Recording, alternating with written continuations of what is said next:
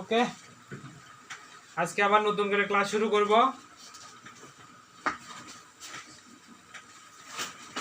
আমাদের আজকের ক্লাস হবে সপ্তম শ্রেণীর একটা অধ্যায় নিয়ে, ম্যাথ সাবজেক্ট আমাদের কি ম্যাথ গণিত। তো সপ্তম অধ্যায়ে আকৃতিতে যাইছে না, এটা কত নম্বর অধ্যায় আমাদের? আচ্ছা, আমার পরিচয় তো তোমরা জানোই, যারা যারা আমার চ্যানেলে ভিডিও দেখতো। যারা জানো না তাদেরকে আবার বলি, আমি মোহাম্মদ জাহিদ ইকবাল জাকির, আর তোমাদের ক্লাস করাচ্ছি এখন বর্তমানে। আর আমি বর্তমানে পঞ্চম অধ্যায়ে পড়াবো তোমাদেরকে, আকৃতি দিয়ে যাইছে না। তো আসো আমরা একটু প্রথমেই জেনে নিই এই অধ্যায়ে কি কি জানতে হবে। এই অধ্যায় করার জন্য নানা রকম আকৃতি জানতে হবে। মেইনলি কি জানতে হবে? নানা রকম আকৃতি সম্পর্কে ডিটেলসে জানতে হবে। ওকে, তাহলে আমাদের অধ্যায়ের নাম আকৃতি দিয়ে যায় চেনা, ক্লাস 7।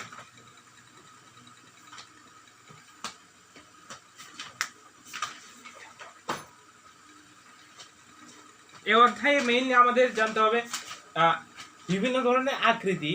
এই যেমন আকৃতি মানে কি, মেইনলি আমরা জ্যামিতিক ভাবে যে আকৃতিগুলো বলি এটাই জ্যামিতিক ভাবে আকৃতি আমরা কয়েক ধরনের বলি। যেমন ধরো মেইনলি আমরা বলি ত্রিভুজ বলি, চতুর্ভুজ বলি, ত্রিভুজ, চতুর্ভুজ, আয়ত, রম্বস, ট্রাপিজিয়াম, কোনক, আবার আছে কি সিলিন্ডার। এরকম হাজার রকমের আকৃতি আছে। আবার আছে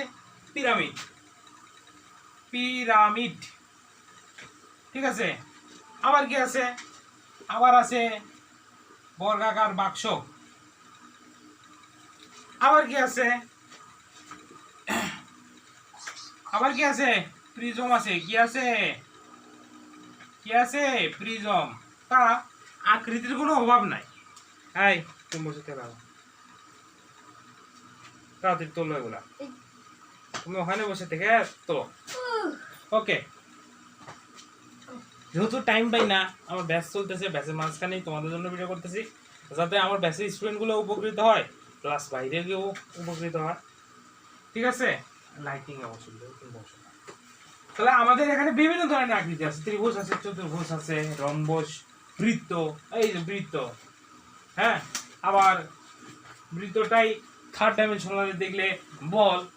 আকৃতির কোনো অভাব নাই, ঠিক আছে। যেমন আমি এক রকমের আকৃতির মানুষ, একটু মোটা সোটা গড়নের, হ্যাঁ। আবার অনেকে আছে দেখবা চিকন গড়নের, ঠিক আছে। অনেকে আছে এই যে মার্কার, সিলিন্ডার আকৃতি। ওকে, এগুলো নিয়ে পেছাল না পেরে আমরা শুরু করি। আমাদের এদের শুধু আকৃতি জানলেই হবে না, এই আকৃতিগুলো তৈরি হয় কি কি দিয়ে আমাদের বলো। যদি ত্রিভুজ ধরি, তাহলে ত্রিভুজে দেখো থাকে কোণ, তাহলে কোণও কি একটা আকৃতি। এরপরে এই যে এটা সরল রেখা একটা আকৃতি, হ্যাঁ। আবার এই ছাড়াও বিভিন্ন ধরনের কোণ আছে, বিপ্রতীপ কোণ, সম্পূরক কোণ, পরিপূরক কোণ ইত্যাদি অনেক কিছুই আছে। এই তুমি ওখানে বসবা, ওখান থেকে দেখা যায়, আমি জানি। আমি লাস্ট টাইম বললাম তুমি ওখানে বসবা, আমি জানি যে ওখান থেকে দেখা যায়। ওকে, ক্লাসের মধ্যে ডিফেক্ট করতেছে, তোমার তো দ্রুত ভালো করে বসো। ওকে, যারাই দেখতেছো ভিডিওটা একটু মনোযোগী হও, আশা করি সামনে ভালো কিছু দিতে পারবো। তাহলে আসো এই অধ্যায়ে মেইন টপিকগুলোতে চলে যাবো। যেহেতু এগুলো আকৃতি বুঝলামই, এই হয়েছে মুছে দিব তাড়াতাড়ি সবাই। ওকে, তাহলে আমরা এই অধ্যায়ে আগে কোন সম্পর্কে ডিটেলসে জানবো, কোন কত ডিগ্রি মাপ, কোনটার নাম কি, এগুলো সবকিছু ডিটেলসে জানবো। এক নাম্বার কথা আমাদের লাগে কোণ। তাহলে এটা কত ডিগ্রি কোণ, আবার এইটা কত ডিগ্রি কোণ, এইটা কত ডিগ্রি কোণ। যদি এইটা কোণ হয় তাহলে এই কোণটাকে এইভাবে ভাগ করলে এটা দুই পাশে কত ডিগ্রি যাবে, এর আবার ঠিক মাঝখান বরাবর ভাগ করলে কত ডিগ্রি যাবে, ঠিক আছে, আবার এই দিক বরাবর ভাগ করলে কত ডিগ্রি যাবে, এগুলো আমাদের জানতে হবে। তো অনেকের কাছে হয়তো বা সাদা আছে, সাদা দিয়ে মাপে বলো। এখন তোমরা তো বড় হয়ে গেছো, সাদা দিয়ে যদি মাপে এখনো বলো তাহলে কিন্তু আর হবে না। তো আমাদের জানতে হবে কোন কোণের মাপ কত ডিগ্রি, ঠিক আছে। তাহলে আসো আমি যদি বলি প্রথম কোণের মান আমি বললাম কোণ, কিন্তু এটা কি কোণ আমরা জানি না, তাহলে এটা কোণ, সাধারণ কোণ কিন্তু বলা যাচ্ছে না, কিন্তু এটা দেখলেই বলা যাচ্ছে এটার মান কত ডিগ্রি, 90 ডিগ্রি। হ্যাঁ ভুলভাল বলেন, বেশি করে বলেন 90 ডিগ্রি। আর এইটা স্যার এটা তো সরলরেখা, এটা কোন দুঃখ কোণ হবে sir G, this is not সরলরেখা। এটাকে যদি কোণ আকারে বলি তাহলে এটা 100% কোণ, আর এটা অবশ্যই কত সমকোণ, 2 সমকোণ। 2 সমকোণ মানে 180 ডিগ্রি। তাহলে এই যে এটার নাম কোণ যদি হয় এটার নাম সমকোণ, আর এরকম 90 ডিগ্রি যখন দুইটা মিলিত হবে তখন তার নাম 2 সমকোণ। ওকে, তাহলে আমরা সমকোণের সংজ্ঞা কি লিখতে পারি, যখন তাহলে সমকোণের সংজ্ঞা আমরা কি লিখতে পারি, যখন কোন কোণের মান 90 ডিগ্রি তখন সেই কোণকে সমকোণ বলে, আর যখন কোন কোণের মান 180 ডিগ্রি তখন সেই কোণকে বলা হয় 2 সমকোণ। এখন যদি বলেন স্যার বৃত্ত কয় সমকোণ, স্যার জি বৃত্ত কয় সমকোণ, 3 সমকোণ। গাধা তুই, টোটালি গাধা। বৃত্ত কয় সমকোণ, 4 সমকোণ। চতুর্ভুজ কয় সমকোণ, কয় সমকোণ, 4 সমকোণ। বৃত্ত চতুর্ভুজ ইত্যাদি 4 সমকোণ। তাহলে বলেন তো ত্রিভুজ কয় সমকোণ, 3 সমকোণ। গাধা 1 সমকোণ। তোমরা একটুও পড়ো না। এই যে আব্দুল্লাহ বলছে 1 সমকোণ, বলো কথা বলো। আমি বলছি এই বৃত্ত 1 সমকোণ, তাহলে বৃত্ত যদি 1 সমকোণ হয়, সরি আমি ভুল বলতেছি, বৃত্ততে 4 সমকোণ, ত্রিভুজ 1 সমকোণ। ত্রিভুজ কয় সমকোণ, 1 সমকোণ। তাহলে বৃত্ত কত কত, এখানে সবগুলো মিলে মাপ হবে 360 ডিগ্রি, আবার এই সবগুলো মিলে মাপ হবে 360 ডিগ্রি। ওকে, তুমি তোমার কাজ করো, এদিকে তোমার দেখা লাগবে না। ওকে, ত্রিভুজ তাহলে কয় সমকোণ, 1 সমকোণ, মানে এর 3টা কোণের যোগফল কত আসবে, এই 3টা কোণের কি যোগফল আসবে 180 ডিগ্রি।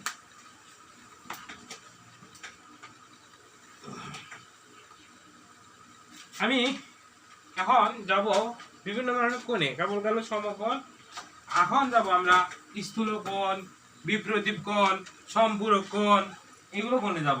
কারণ আমি যেগুলো বলবো সাধারণত লিখে নিবা সবাই, আমি যেগুলো বলবো সাধারণত লিখে নিবা, তাহলে তোমরা উপকৃত হবা, ঠিক আছে। তাহলে কই যাচ্ছিলাম, হ্যাঁ যেগুলো লিখে দিব। তাহলে লেখো সমকোণ, সমকোণ কাকে বলে আশা করি লেখা হয়ে গেছে। তাহলে আমরা যাই এবার বিপ্রতীপ কোণে। দেখো বিপ্রতীপ কোণ, দুটি সরলরেখা যদি এ ধরনের হয়, দুটি সরলরেখা যদি এ ধরনের হয় যে পরস্পর বিপরীত দিকে অবস্থান করবে, তখন তাদের মধ্যে উৎপন্ন কোণকে বলবে বিপ্রতীপ কোণ। তাহলে কি হলো স্যার বুঝতে পারলাম না, তাহলে ছবিটা একটু দেখেন সবাই বুঝে যাবে। ধরেন এটা একটা সরলরেখা, এই সরলরেখার বিপরীত দিকে আরেকটা সরলরেখা অবস্থান করতেছে।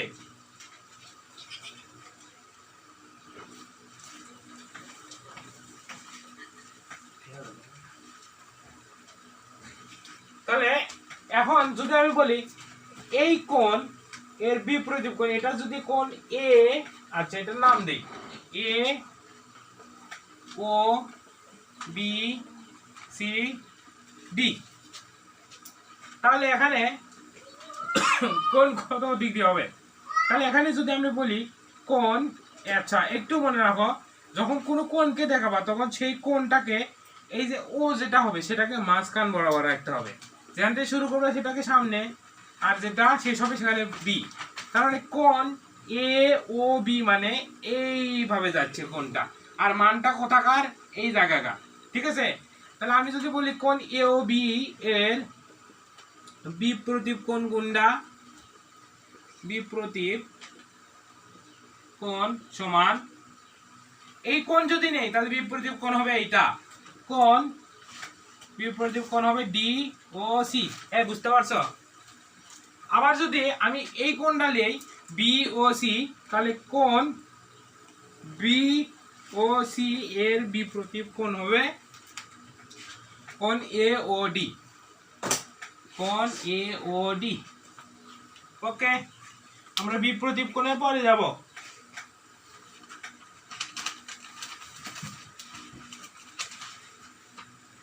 আমরা বিপ্রতীপ কোণের পরেরটাতে যাব। এরপরে লিখব অনুরূপ কোণ।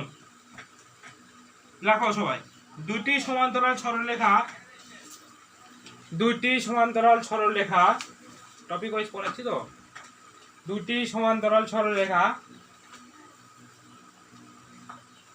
দুটি সমান্তরাল সরলরেখাকে অপর একটি সরলরেখা ছেদ করলে ছেদকের একই পাশে, দুটি সমান্তরাল সরলরেখাকে অপর একটি সরলরেখা ছেদ করলে ছেদকের একই পাশে যে কোণ উৎপন্ন হয় তাকে অনুরূপ কোণ বলে। আরেকবার বলতেছি সবার জন্য, দুটি সমান্তরাল সরলরেখা, দুটি সমান্তরাল সরলরেখা মানে আমি চিত্র আঁকাইতে আঁকাইতে বলি তাহলে আর ভালো মনে থাকবে। দুইটি সমান্তরাল,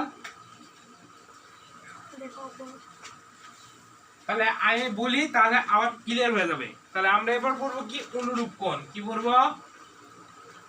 অনুরূপ কোণ।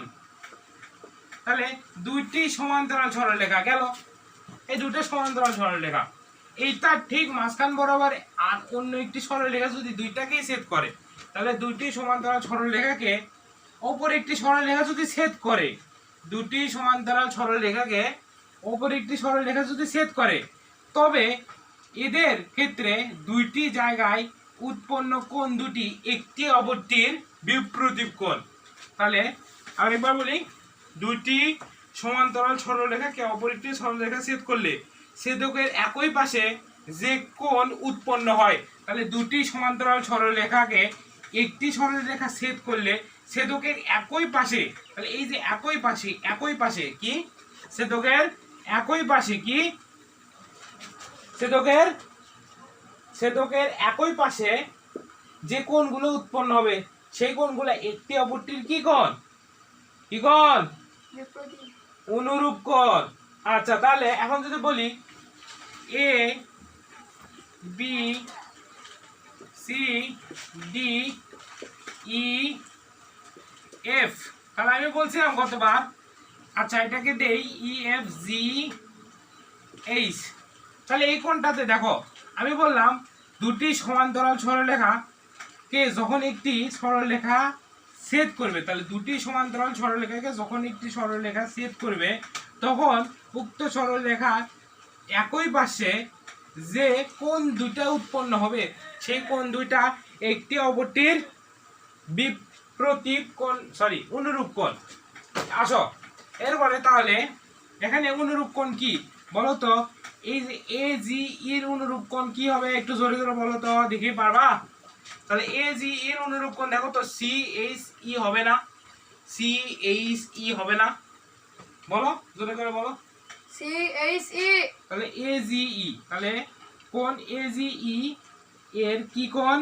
অনুরূপ কোণ C H E, C H E, অনুরূপ কোণ সি এইচ ই। সামনে কি চিহ্ন দিতে হবে? কোণ চিহ্ন দিতে হবে। ক্লিয়ার? জি। এরপরে দেখো আবার কোণ যদি আমরা নেই এইটা, দেখো আমরা যদি এবার কোণ নেই এইটা ই এইচ, এটা এইচ বোঝা যায় না, তবে ই এইচ ডি তাহলে কোণ ই এইচ ডি এর অনুরূপ কোণ কোনটা? কোণ ই এইচ ডি এর অনুরূপ কোণ হবে কোণ ই জি বি কোণ ই জি জি বি বি। আচ্ছা আমরা যদি এবার আমার আর তো নেওয়ার দরকার না। আচ্ছা এইটুকু হলে আশা করি বোঝা যাবে। ওকে, তোলা হয়ে গেলে মুছাবো কি আমি? তোলা হয়েছে আপনাদের, তাহলে মুছাই দেই। ওকে, অনুরূপ কোণ গেল। আশা করি অনুরূপ কোণের সকল বৈশিষ্ট্য তোমরা বুঝতে পারবা।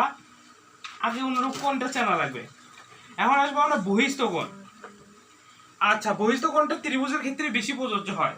তাহলে আমরা ত্রিভুজ দিয়ে বুঝবো বহিস্থ কোণ। দেখো, যখন কোনো ত্রিভুজের যখন কোনো ত্রিভুজের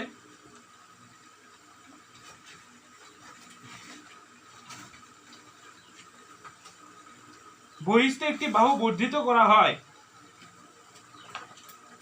যখন কোনো ত্রিভুজের বহিস্থ বাহু বর্ধিত করা হয়। আচ্ছা, আঁকাইতে বলি তাহলে আশা করি ভালো বোঝা যাবে। যখন কোনো ত্রিভুজে, তাহলে আমরা এবার কি শিখতেছি বলো তো? কি কোণ? বহিস্থ কোণ। কি কোণ? বহিস্থ কোণ। ওকে, ক্লাসে মনোযোগিতা খুব কম। বহিস্থ কোণ। তাহলে যখন কোনো ত্রিভুজের একটি বাহুকে বর্ধিত করা হয়, তাহলে একটা ত্রিভুজ, এই বাহুটাকে আমরা কি করলাম? বর্ধিত করলাম। তখন উক্ত বাহু অপর বাহুর সাথে যে কোণ উৎপন্ন করে সেই কোণের নামটাই কি? বহিস্থ কোণ। তাহলে এখানে ত্রিভুজ এ বি সি এর বহিস্থ কোণ কোনটা? তাহলে ত্রিভুজ এ বি সি এ বহিস্থ কোণ কোনটা বলেন স্যার? বলেন কোনটা বহিস্থ কোণ? এ বি সি এর বহিস্থ কোণ। ডি বি সি হ্যাঁ, ডি বি সি। আবার আমরা বলতে পারি সি বি ডি। তাহলে আমরা সি বি ডি। তাহলে সংজ্ঞাটা লাস্টে বার বলি। যখন কোনো ত্রিভুজের একটি বাহুকে বর্ধিত করা হয়, তখন উক্ত বর্ধিত বাহু অপর বাহুর সাথে যে কোণটা উৎপন্ন করে এটাই কি কোণ আমাদের? বহিস্থ কোণ। ওকে, এরপর অন্তস্থ কোণ।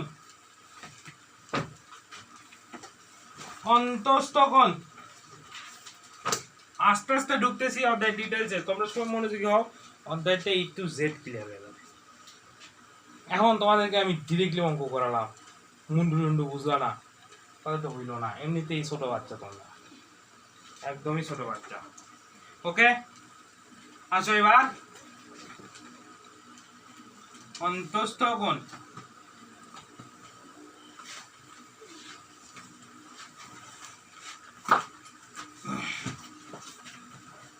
অন্তস্থ কোণ, আসো আসো আসো, দেরি হয়ে যাচ্ছে। দ্বন্দ্ব নয় তো দ্বন্দ্ব সহিত অন্তস্থ কোণ। এই যে স্যারদের বুদ্ধি খাটাবো এবার। কি খাটাবো এবার? স্যারদের বুদ্ধি। অন্তস্থ কোণ সেম ত্রিভুজের ক্ষেত্রে প্রযোজ্য হয়। তবে ত্রিভুজের ভেতরে লেখো, একটু সহজ সংজ্ঞায় লেখো। যখন কোনো ত্রিভুজের, আর যখন লিখো না, লেখো ত্রিভুজের ভেতরে বা ত্রিভুজের তিনটি শীর্ষবিন্দুতে বাহুদ্বয়গুলো দ্বারা উৎপন্ন কোণ ত্রয়কেই অন্তস্থ কোণ বলে। আচ্ছা, আরেকবার শোনো, একটু মনে হয় লাস্টের দিকে আনক্লিয়ার থাকলো। তাহলে ত্রিভুজের বাহুদ্বয়গুলো দ্বারা গঠিত কোণ ত্রয়গুলোকেই অন্তস্থ কোণ বলে। আচ্ছা, কোণ ত্রয়কে অন্তস্থ কোণ আলাদা আলাদা ভাবে বলে কিন্তু, যেমন এ বি সি একটা অন্তস্থ কোণ, আবার বি এ সি একটা অন্তস্থ কোণ, আবার এ সি বি একটা অন্তস্থ কোণ। আমি মেইনলি বইয়ের সংজ্ঞাটা না দিয়ে তোমরা যে সংজ্ঞাটা বুঝবে আমি সেই সংজ্ঞাটা বলার চেষ্টা করতেছি। তাহলে এখানে ত্রিভুজ এবিসি অন্তস্থ কোণ আছে কয়টা? ত্রিভুজ এবিসি এ অন্তস্থ কোণ আছে কয়টা? 3টা। তাহলে ত্রিভুজ এবিসি অন্তস্থ কোণ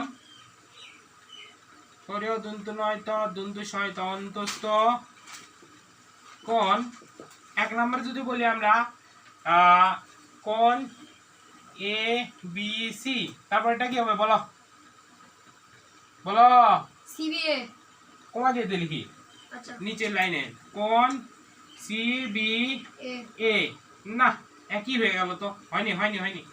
এই আমরা এ বি সি নিছি, তার মানে বি আর মাঝখানে রাখবো না, তাহলে এটা একটা কোণ গেল।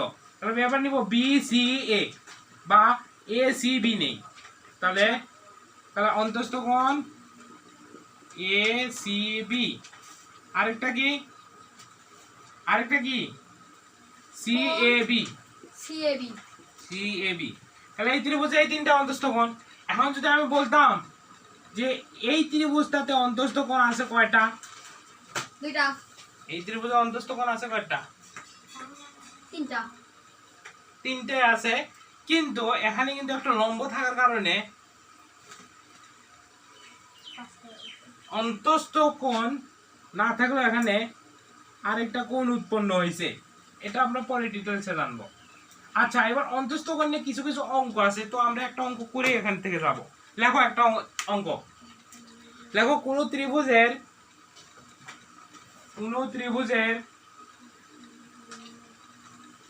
অন্তস্থ কোণ দ্বয়, কোন ত্রিভুজের অন্তস্থ কোণ ত্রয়, দ্বয় না ত্রয় লেখা মনে তোমরা বানানটা বুঝবা না। দেখো কোন ত্রিভুজের অন্তস্থ কোণ 3টির মধ্যে 2টি অন্তস্থ কোণ 45 এবং 45 ডিগ্রি হলে কোন ত্রিভুজের, অঙ্কটা লিখে দিব, লিখে দিয়ে মনে উপকৃত হবে সবার। তাহলে কি হলো?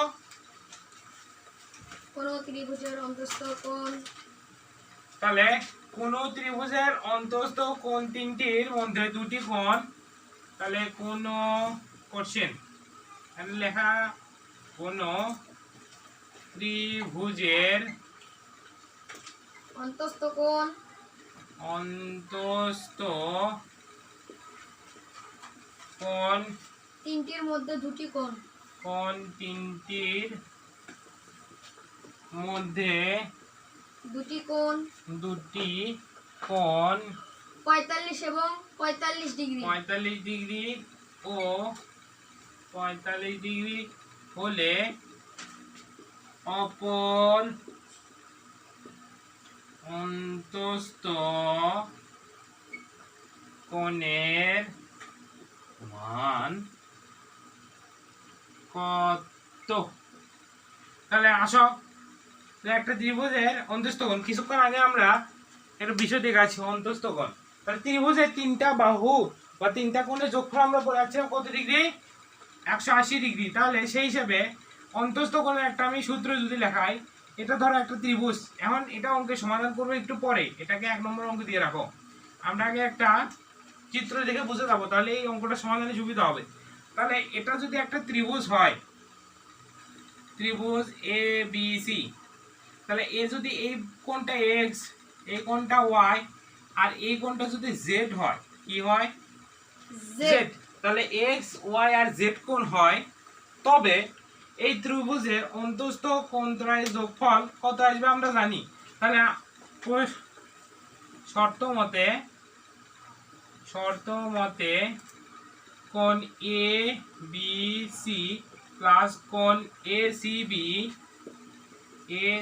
বি প্লাস কোণ বি এ সি সমান কত ডিগ্রি হবে রে? 180 ডিগ্রি। তাহলে আমরা যদি বলি এখানে এক্স ডিগ্রি, ওয়াই ডিগ্রি আর জেড ডিগ্রি, তাহলে কোণ দেখো তো এ বি সি, বি তে পড়তেছে এক্স, তার মানে এটার মান x ডিগ্রি, আর এ সি বি তারপর মধ্যে হচ্ছে ওয়াই, তাহলে এটার মান y ডিগ্রি, আর বি এ সি তাহলে এটার মান z ডিগ্রি। Z degree. যোগফল কত? 180 ডিগ্রি। দিস ইজ দা সূত্র অন্তস্থ কোণের ক্ষেত্রে ত্রিভুজের অন্য বাহুর মান বের করা। অন্তস্থ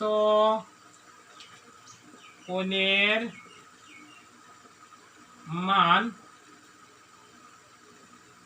নির্ণয়ের সূত্র। যত রকমের অন্তস্থ কোণ পাবা এই সূত্রে বসাই দিবা, তো আরেক বাহুর মান চলে আসবে। তাহলে আসো স্যার, কোথায় হলো একটাই, আপনি তো সূত্র লিখে দিলেন, অঙ্কিত এক্স ওয়াই জেড দেখি না, টেনশন নেবো না, আসি।